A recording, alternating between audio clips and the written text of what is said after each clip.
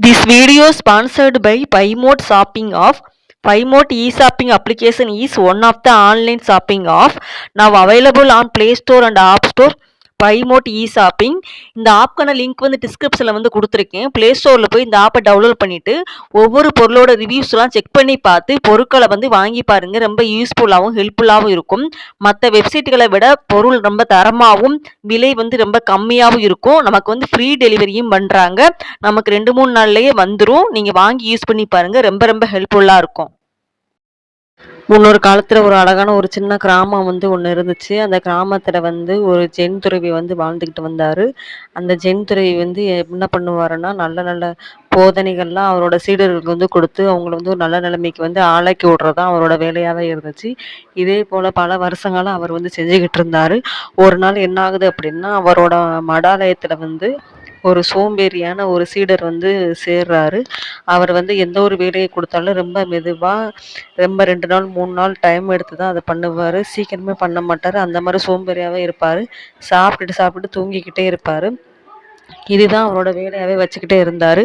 இவன வந்து எப்படியாவது திருத்தணும் அப்படின்னு சொல்லிட்டு அவர் வந்து முடிவெடுத்தாரு. முடிவெடுத்துட்டு என்ன பண்ணாரு அப்படின்னா, ஒரு நாள் சாயந்தரம் போல அவர் வந்து ஒரு மந்திர கல் வந்து ஒண்ணு வச்சிருந்தாரு. அந்த மந்திர கல் வந்து என்ன அப்படின்னா, அந்த மந்திர கல்லோட எந்த ஒரு இரும்பு பொருளை வந்து உரசுனாலும் அது வந்து தங்கமா மாறிரும். அதுதான் அந்த மந்திர கல்லோட வந்து பவரு.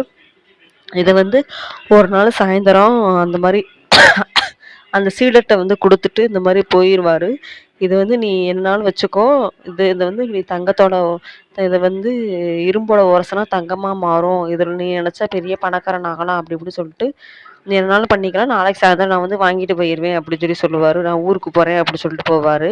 அதேபோல இவனும் யோசிப்பான். ஆமா நம்மளும் நல்லா பணக்காரன் ஆயிரலாம் அப்படின்னு சொல்லி நெனச்சுக்கிட்டு இருப்பான். நெனச்சுக்கிட்டு இருக்கையில என்ன ஆகும் அப்படின்னா, சரி இப்ப சாயந்தரம் தானே ஆகுது. நம்ம சாப்பிட்டுட்டு நைட்டு போல போவோம். நமக்கு வந்து அந்த உரசுறதுக்கு வந்து இரும்பு வந்து நெறைய தேவைப்படும்.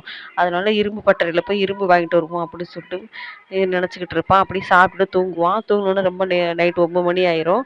என்னடா இவ்வளோ நேரம் ஆயிடுச்சே அப்படின்னு சொல்லிட்டு அதோட சரி நாளைக்கு பார்த்துக்குருவோம். நாளைக்கு டயம் இருக்குல்லன்னு சொல்லிட்டு பார்ப்பான். அதேபோல் நாளைக்கு காலையில எந்திரிப்பான். சரி காலையில சாப்பிட்டு போவோம் அப்படின்னு சொல்லிட்டு சாப்பிடுவான். திருப்பி தூங்கிருவான். அப்புறம் மதியம் எந்திரிப்பான். திருப்பி சாப்பிடுவான். சரி சாயந்தரம் போல போய்க்கலாம் அப்படின்னு பார்ப்பான். நம்ம தூங்கி எந்திரிக்கும்போது கரெக்டா சாயந்தரம் ஆயிரும். சாயந்தரம் டயத்துல வந்து அந்த குரு வந்து வந்துருவாரு. வந்துட்டு அந்த மந்திரக்கல்லை வந்து வாங்கிட்டு போவாரு. அந்த மந்திரக்கல்லை வாங்கின உடனே இவன் சொல்லுவான், குருவே எனக்கு இன்னும் கொஞ்சம் டைம் கொடுங்க. நான் நாளைக்கு தரேன் அப்படின்னு சொல்லுவான். இல்லப்பா நான் உனக்கு கொடுத்த டைம் வந்து முடிஞ்சிருச்சு. நீ இந்த டயத்தை யூஸ் பண்ணி நீ என்னனாலும் பண்ணியிருந்திருக்கலாம். ஆனா நீ அப்படி எதுவுமே பண்ணல. உனக்கான உள்ள நேரத்தை வந்து நீ ஒதுக்கி அதுக்கான என்ன செய்யணுமோ அதை நீ செய்யாம விட்டுட்ட அப்படின்னு சொல்லி சொல்லுவாரு. சொல்லிட்டு வாங்கிட்டு போயிடுவாரு. இதுல இருந்து என்ன அப்படின்னா அவர் சொல்லுவார் அப்படின்னா, நமக்கான ஒரு வாய்ப்பு கிடைக்குது அப்படின்னா அந்த வாய்ப்பை பயன்படுத்தி அதை அந்த வாய்ப்புல நம்ம வந்து எப்படி முன்னேறலாம் அப்படின்னு சொல்லி பார்க்கணும். நாளைன்னு சொல்லிட்டு நம்ம வந்து நேரத்தை வந்து கடத்தக்கூடாது. நாளைங்கிறது எப்பயுமே ஒண்ணு கிடையாது. நாளைனாலே அது டுடேனா இன்றுன்னு தான் மாறிரும். அதனால நாளைன்னு எதுவுமே கிடையாது. அதனால உங்களுக்கு வந்து கிடைச்ச வாய்ப்புகளை வந்து எப்பயுமே பயன்படுத்தி அதுக்கான வாழ்க்கையில வந்து எப்படி வெற்றி பெறணுமோ அதே போல நீங்க வந்து வாழ்வில வந்து வெற்றி பெறணும் அப்படின்னு சொல்லிட்டு அவர் இந்த சீடருக்கு வந்து சொல்லுவாரு.